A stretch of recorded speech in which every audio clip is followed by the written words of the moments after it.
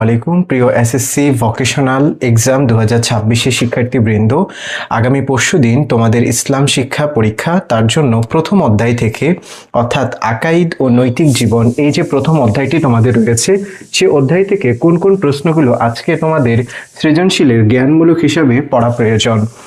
আমরা প্রথমেই যেটি দেখব সেটি হলো আখিরাত শব্দের অর্থ কি। এই প্রশ্নটি তুমি পড়বে। রিসালাত শব্দের অর্থ কি, সর্বশেষ নবী কে ছিলেন।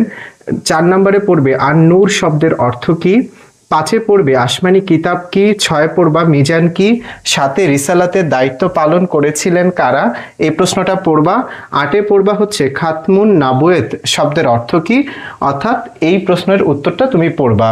আর সেই সঙ্গে একটু বলে রাখি, যারা 2027 সালে এসএসসি ভোকেশনাল পরীক্ষা দেবে, তোমাদের জন্য স্যার আগামী 10 জুন অর্থাৎ পরবর্তী মাস জুন মাসের 10 তারিখ থেকে একটি নতুন কোর্স নিয়ে আসছি, যে কোর্সে আমরা 5 মাসের ভেতরেই পুরো সবগুলো বিষয় আমরা শেষ করব।